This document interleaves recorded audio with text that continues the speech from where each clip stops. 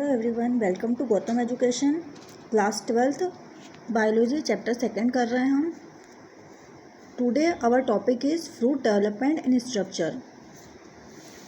आज हम जिस टॉपिक की बात करेंगे फ्रूट के बारे में, वो उसका किस तरीके से डेवलपमेंट होता है, किस तरीके से उसका स्ट्रक्चर डेवलप होता है।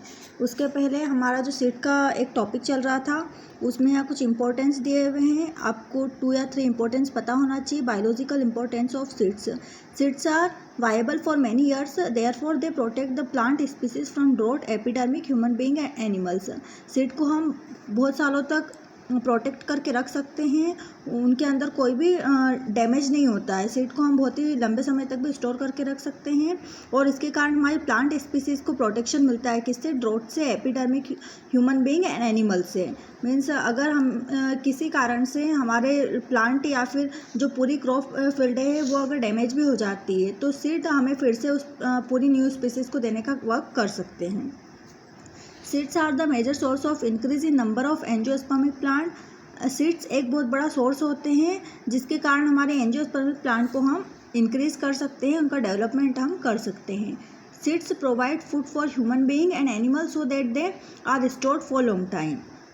सीड के कारण ही हमें फूड मिलता है, सीड के कारण एनिमल को फूड मिलता है और इसको हम आसानी से लंबे समय तक स्टोर करके रख सकते हैं। इसके अंदर कोई स्पॉइल नहीं होते हैं। Seeds of cereals and legume plant are the chief source of a human food. अनाज की अगर फूड की बात करें तो हम जो अनाज खाते हैं वो अनाज हमें बीजों से ही मिलता है। तो seeds of cereals and legume plant are the chief source of human food. Leguminous plant, दाल वाले जितने भी पौधे होते हैं, दलहनी पौधे जितने भी होते हैं उनको लेग्यूमिनस प्लांट कहा जाता है। तो दाल वाले पौधे हों या अनाज वाले हों, ये सभी हमें कहाँ से मिलते हैं? अनाज और दालें सीड से ही प्राप्त होती हैं। Seeds of many plant provide oil, mustard, cotton, groundnut and sunflower. ठीक है, बहुत सारे प्लांट के सीड से हमें ऑयल मिलता है, मस्टर्ड, कॉटन, ग्राउंडनट, सनफ्लावर, ये सारी चीज़ें हमको सीड से ही मिलती है। तो यहाँ पर ये सीड के सारे इंपॉर्टेंस बताए हुए हैं, बहुत ही ईजी हैं। आपको 2 या 3 करना है, आप सारे एक बार रीड कर लीजिए, जो आपको ईजी लगे वो आप अच्छे से लर्न करिए। इसके बाद हमारा एक टॉपिक इसमें था, कभी कभी एमपी बोर्ड एग्जाम में डोरमेंसी, जर्मिनेशन ये पूछ लिया जाता है, तो आपको पता होना चाहिए क्या होता है dormancy. It is a state of inactivity of embryo when the seed is not able to germinate. Dormancy का मतलब होता है इनएक्टिविटी, है ना। क्या कहा है? It is a state of inactivity of embryo. Embryo के इनएक्टिव होने की जो स्टेट होती है, when the seed not to able germinate, जहाँ पर सीड हमारा जर्मिनेट होने के लिए एबल नहीं होता है, मतलब जर्मिनेशन की जो कैपेसिटी है सीड में वो एक्टिव नहीं हो पाती है, तो उस स्टेज को कहा जाता है dormancy. The moisture content of seed decrease and reach 10 to 15%। और इस कंडीशन में जो सीड का मॉइस्चर होता है, सीड के अंदर की नमी होती है वो बहुत कम हो जाती है, वो 10 to 15% ही रह जाती है, जिसके कारण हमारा सीड इनएक्टिव हो जाता है, एम्ब्रियो इनएक्टिव हो जाता है, उसका जर्मिनेशन नहीं हो पाता और इस पूरी स्टेज को डोरमेंसी कहा जाता है। जर्मिनेशन क्या होता है? The ability of seed to produce seedling. Seedling का मीन्स होता है बेबी बॉर्न प्लांट, जो छोटे छोटे से प्लांट होते हैं उनको सीडलिंग कहा जाता है। The ability of seed to produce seedling in presence of favourable environment condition like adequate moisture, oxygen and suitable temperature. Germination एक ऐसी प्रोसेस है जहाँ पर हमारे सीड के अंदर डेवलपमेंट की एक्टिविटी आ जाती है। सीड डेवलप हो जाता है किसमें? सीडलिंग में, मतलब नया प्लांट बनाने की कैपेसिटी उसके अंदर आ जाती है। और किसके कारण होता है? एक तो फेवरेबल इन्वायरमेंट मिलना चाहिए उस सीड को, और जो आपकी इन्वायरमेंट की कंडीशन होती है उसमें एडिक्वेट मॉइस्चर होना चाहिए, नमी होनी चाहिए, ऑक्सीजन वहाँ होना चाहिए और सूटेबल टेम्परेचर। अगर ये तीनों चीज़ें, मॉइस्चर, ऑक्सीजन और एक टेम्परेचर, अगर एक सही क्वांटिटी में सीड को मिल जाता है तो वो सीडलिंग नया प्लांट डेवलप कर सकता है। तो जो सीड के प्लांट में डेवलप होने की प्रोसेस है सूटेबल इन्वायरमेंट में, उसको कहा जाता है जर्मिनेशन। उसके बाद है seed viability, the period for which the seeds retain their power of germination is called seed viability. So some species live for several years and some seeds can remain alive for hundreds of years. लंबे समय तक seed के अंदर germination का power पाया जाता है ना। सीड सूख भी जाते हैं पूरी तरीके से, अगर हम उनको लंबे समय तक रख भी रहे हैं, उसके बावजूद जब हम उसको मिट्टी में डालते हैं तो उसके अंदर ग्रोथ की कैपेसिटी होती है। तो इसी को कहा जाता है सीड वेएबिलिटी। लंबे समय तक सीड के अंदर जो जर्मिनेशन की कैपेसिटी पाई जाती है उसके अंदर कोई डिस्ट्रॉय नहीं होता है, तो ऐसी कैपेसिटी को सीड वेएबिलिटी कहा जाता है। और इसी कारण से हम सीड की बहुत सारे स्पीसीज़ को लंबे समय तक भी रख सकते हैं। बहुत सारे सीड के अंदर हज़ारों सालों तक जो जीवित रहने की कैपेसिटी है वो पाई जाती है।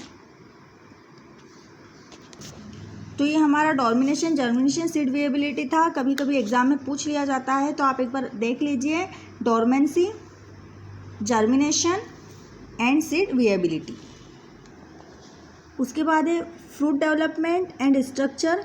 The fruit may be defined as ripen or mature ovary normally after the process of pollination and fertilization. The ovary develop into fruit, in which fruit wall pericarp is developed from ovary wall and the seed develop from ovules. जब ovary mature हो जाती है, जब यहाँ पर ripen का mean से पक जाना है ना, फ्रूट्स पूरी तरीके से राइप हो जाते हैं, तो यहाँ ओवरी, हमारे बायोलॉजिकल लैंग्वेज में यहाँ ओवरी कहा गया है कि ओवरी का मैच्योर हो जाना या ओवरी का पक जाना, राइप हो जाना, उसी स्ट्रक्चर को हम फ्रूट कहते हैं। The fruit may be defined as ripened और mature ovary normally after the process of pollination and fertilization. ये प्रोसेस कब होती है, या तो पॉलिनेशन हो चुका हो या फिर फर्टिलाइजेशन, उसके बाद हमारी ओवरी डेवलप हो जाती है और यही ओवरी आगे चलकर फ्रूट बनाती है। ये आपको अच्छे से याद रखना है। ओवरी क्या डेवलप कर रही है, fruit, in which fruit wall pericarp is develop from ovary wall.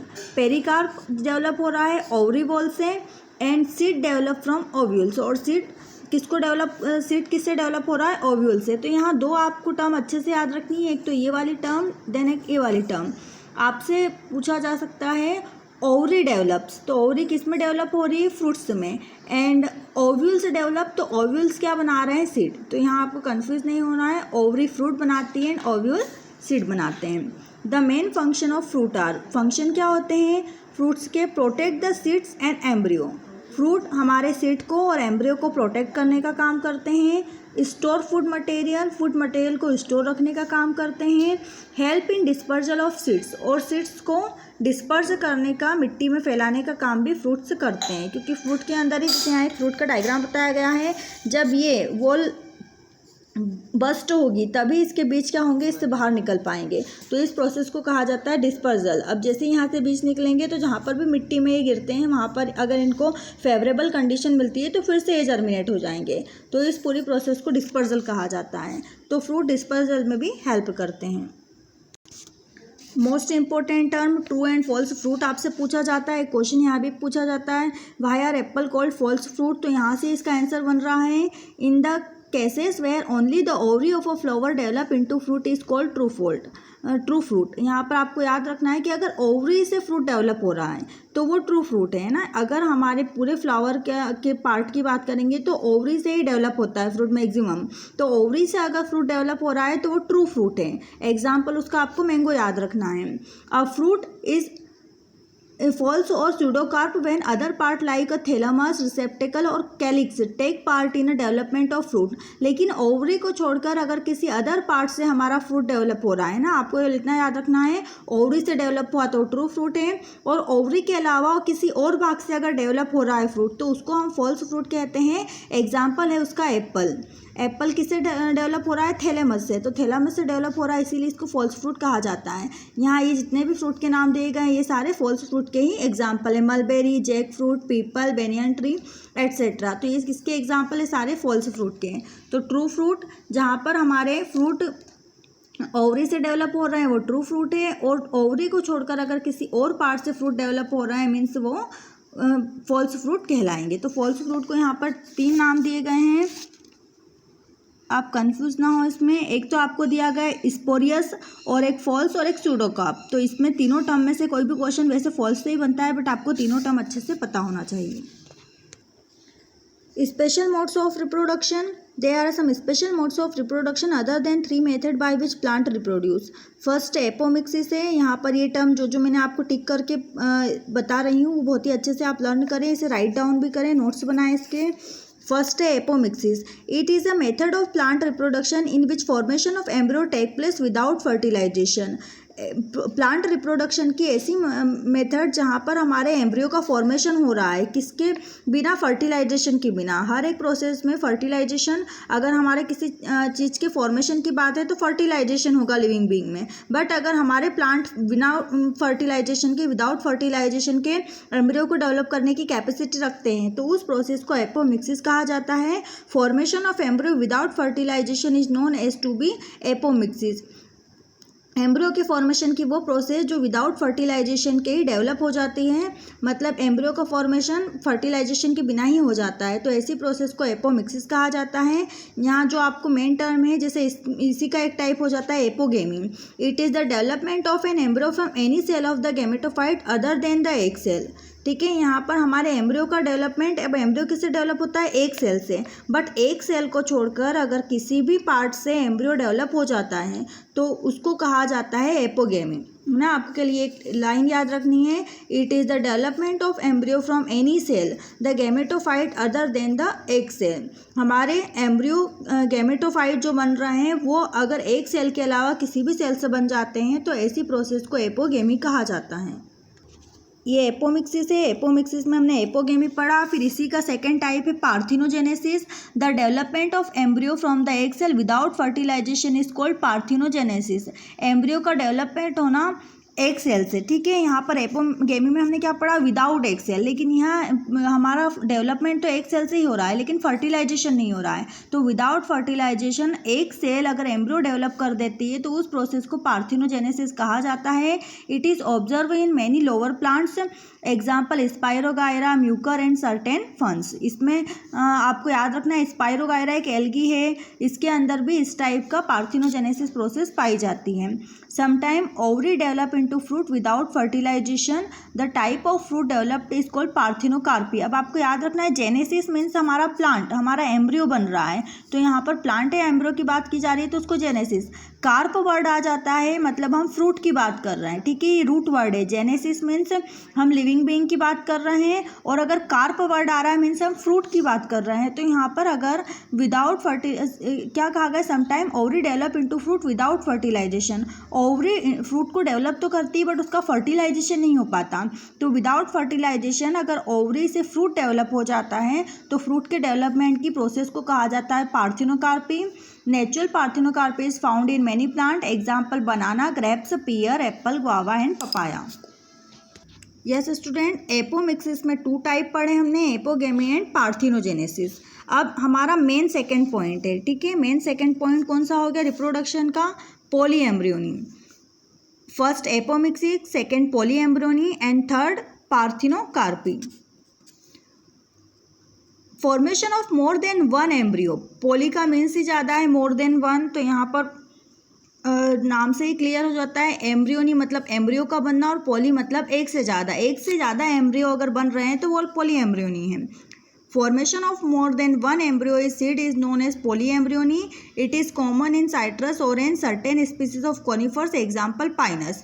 अगर हमारे एक ही एम्ब्रियो के अंदर एक से ज़्यादा सीड बन रहे हैं, एक से ज़्यादा एम्ब्रियो बन रहे हैं तो ऐसे प्लांट को कहा जाता है polyembryony. It is common in, एक तो ऑरेंज में भी बहुत सारे बीज होते हैं. यहाँ पर साइट्रस मतलब ऑरेंज से रिलेटेड जितनी भी लेमन हो गए, हमारे ऑरेंज हो गए, तो इससे रिलेटेड जितने भी हमारी स्पीसीज़ हैं उन सब में एक से ज़्यादा बीज पाए जाते हैं तो उसको कहा जाता है पॉलीएम्ब्रियोनी. एक और एग्जांपल दिया गया है कॉनिफर्स, पाइनस में भी एक से ज़्यादा बीज बनते हैं. उसके बाद फिर आता है parthenocarpy. Parthenocarpy is the development of fruit with without fertilization. Fruit produced from parthenocarpy are seedless because zygote embryo is not formed. Without fertilization अगर ओवरी फ्रूट बना देती है तो ऐसी प्रोसेस को पार्थिनोजेनेसिस कहा जाता है।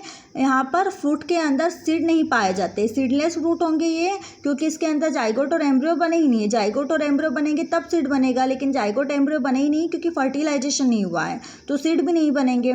तो ये विदाउट सीड फ्रूट्स होंगे। और कैसे बनेंगे? विदाउट फर्टिलाइजेशन ओवरी से ये डेवलप हो जाएंगे, तो ऐसे फ्रूट को पार्थिनोकार्पी फ्रूट कहा जाता है। Types of parthenocarpy. Parthenocarpy is 3 types. Genetic parthenocarpy. This type of parthenocarpy take place due to alternation in gene composition taking place due to mutation and hybridization. अगर हमारी ओवरी फ्रूट डेवलप कर रही है gene composition के कारण, उसमें जो changes हो रहे हैं, ओवरी जब फ्रूट डेवलप कर रही है विदाउट फर्टिलाइजेशन, जीन्स के कारण अगर ये सारी प्रोसेसेस हो रही है, तो ऐसी प्रोसेस को जेनेटिक पार्थिनोकार्पी कहा जाता है। जैसे यहाँ example banana, orange, pineapple, grapes and Apple. Environmental parthenocarpy, अगर हमारे ओवरी इन्वायरमेंट के इफेक्ट के कारण डायरेक्ट ओवरी फ्रूट में डेवलप हो रही है विदाउट फर्टिलाइजेशन के, तो वो इन्वायरमेंटल पार्थिनोकार्पी कहलाती है। Example pear, tomato and olive. उसके बाद chemical induced parthenocarpy, it take place due to stimulate produce due to spray of plant hormones like auxin and gibberellin. Example lemon, tomato and strawberry. Chemical means कोई हम उसके ऊपर spray कर रहे हैं, और केमिकल फर्टिलाइजर उसके ऊपर डाल रहे हैं, जिसके कारण वो फर्टिलाइजेशन के बिना ही ओवरी में वो कैपेसिटी आ जाती है कि फ्रूट डेवलप कर देती है। तो ऐसे प्रोसेस को केमिकली इंड्यूस्ड पार्थिनोकार्पी कहते हैं। इसमें आपको नाम याद रखना है, ऑक्सिन एक हार्मोन है, जिब्रेलिन भी एक हार्मोन का नाम है। इन दोनों का केमिकल स्प्रे जब पौधों पर स्प्रे किया जाता है तो उनसे विदाउट फर्टिलाइजेशन ही ओवरी फ्रूट डेवलप कर देती है। जैसे एग्जांपल है lemon, tomato and strawberry. Economical importance of parthenocarpy क्या हो जाएंगे? प्रोडक्शन ऑफ सीडलेस फ्रूट, यहाँ पर जो फ्रूट बनेंगे उसके अंदर सीड नहीं पाया जाएगा। एग्जाम्पल बनाना याद रखिए। Second, development of fruit in green house because natural pollinator are not available in green house. इस टाइप के फ्रूट का डेवलपमेंट ग्रीन हाउस में किया जाता है, क्योंकि ग्रीन हाउस में नेचुरल पॉलिनेटर्स नहीं पाए जाते हैं।